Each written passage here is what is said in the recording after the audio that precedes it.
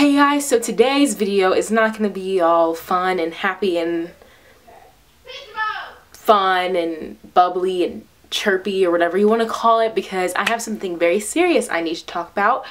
And if you have seen the news, or even if you don't watch the news and you've paid attention to social media, then you have most definitely heard about the Sandra Bland case. So I'm going to talk a little bit about my opinions and thoughts and how I feel about police brutality, because I do believe that it is a thing that goes on. I don't think it really matters if you're black or white or Hispanic or Asian. Police can still treat you like you're not a person and you're not a human being too, just like them. I believe a lot of times, not all of them, but some of them believe they have a special privilege and they can just talk to you any kind of way and talk down to you, and that's not right. I have done my research, so don't make comments like, oh, you don't know what you're talking about. Literally, just before I started filming, I had to kick my mom out so I could film. We were watching things on it and looking at reports and things of that nature. We even found her YouTube channel where she was like an advocate for Black Lives Matter and things of that sort. I have a little story just to kind of show how sometimes police officers can be complete a-holes, because sometimes they think they have privilege. Like, there should not be really any fear there, and I think it's sad when people have a fear of getting pulled over by the police, even if they didn't do anything wrong or they did something stupid. Like, for instance, in Sandra Bland's case, didn't signal when she was switching lanes. Like, okay, yes, I get it, it's dangerous, it's a violation of traffic laws, but do you really have to be so rude when you approach people? I don't think it was right of him to ask her how she felt and then get an attitude when she told him, like, oh, are you done? Like, I'm sorry, but you're the one who asked me the question. You asked me the question, why are you getting an attitude because I'm answering it? Like, he was just trying to pick with her for no reason, like just trying to find an excuse to arrest her or another excuse to do something so to boost his ego or whatever. I mean, I don't know. I had been reading up on it, like literally me and my mom were reading up on it for the past 2 hours. And then I just think it's super shady. I think the whole her hanging herself in her room or cell or whatever, it just sounds super shady to me. Like, and not just because, not to say that she didn't do it, because obviously I don't know how much of it are complete facts. I don't know what's opinionated. I don't know what's true and what's not.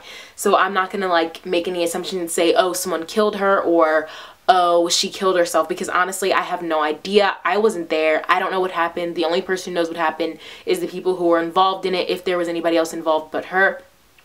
But it just sounds super shady to me, that, okay, they say she hung herself with a plastic bag, like a trash bag, but it's like, how does she have access to that? So once again, someone is not doing their job properly. Seeing as, after I looked at her YouTube channel and seeing that she was such an activist about this, and how she kept telling the police officer, you know, in the video where he was basically trying to arrest her, she was saying how, oh, I'm gonna take you to court for this. Like, she didn't seem like the type of person, even though they try and say, oh, she had history of suicide and depression or whatever. At that point in time, she was not depressed. So, not to say people can't relapse, but she just doesn't seem like the type of person who would kill herself in jail, especially when she was such an advocate for the whole Black Lives Matter things. It just doesn't seem to me she would do something like that. She seems like the type of person who would fight for her rights, especially in this situation, which is why it just kind of doesn't make sense to me. It seems like the reports are very inconsistent, which also raises suspicion.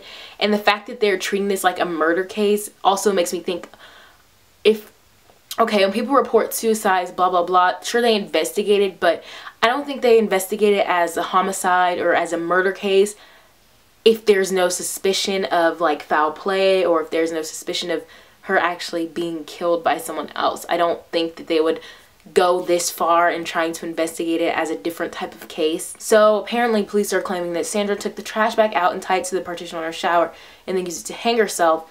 But she was tall, and I could also tell by the video that she was tall, because she was taller than the police officer. She was like tall and thin. But they said the partition was about 5 feet, and they say she was closer to 6 feet, which doesn't really, I don't know how true this is, because a lot of the I mean, we went on CNN, but it wasn't like super duper helpful because we obviously didn't watch the actual news report. The entire case just sounds super shady to me. This whole investigation sounds super shady. I don't know what to believe at this point. Do I believe she committed suicide? In my personal opinion, not really. I think that there's a little bit more to the story than that. Especially since she told the police officer, oh, I'm gonna come after you in court. Like, I'm gonna go to court about this, and I'm gonna, you know, get my rights or whatever. I'm gonna get justice because this is wrong. So she wasn't, I don't think she would kill herself after she was so adamant about getting back at this police officer. I'm gonna tell you guys right now, because this is a hashtag on Twitter. If I ever get arrested and put in custody, I will not, and I repeat, I will never kill myself. I will never commit suicide. I'm laying that down right now. I might be only 16, but honestly, I would never do that. Especially if I feel that I'm going to jail for a reason that I shouldn't be. If you guys have any comments about it, or if you've heard anything new, please leave it down below, because as I'm filming this and as I was researching it, new information was coming in. I don't know the very new information. I haven't heard it yet, but apparently I heard they did an individual autopsy report. Here's a quote from Tumblr. CNN reports independent autopsy of Sandra Bland reveals deep tissue bruising consistent with foul play. Don't know how true that is, but I would not, honestly, I would not be surprised.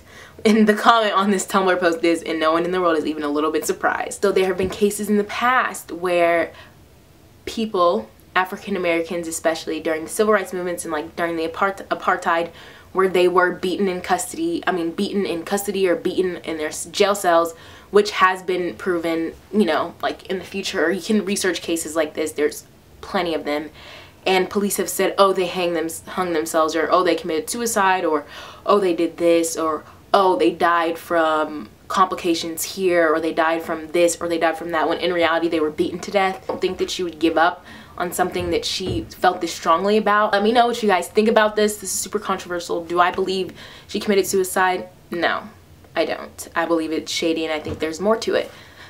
So yes, if you enjoyed, which I don't know if you would, but make sure to like, comment, and subscribe, and I'll see you guys next time.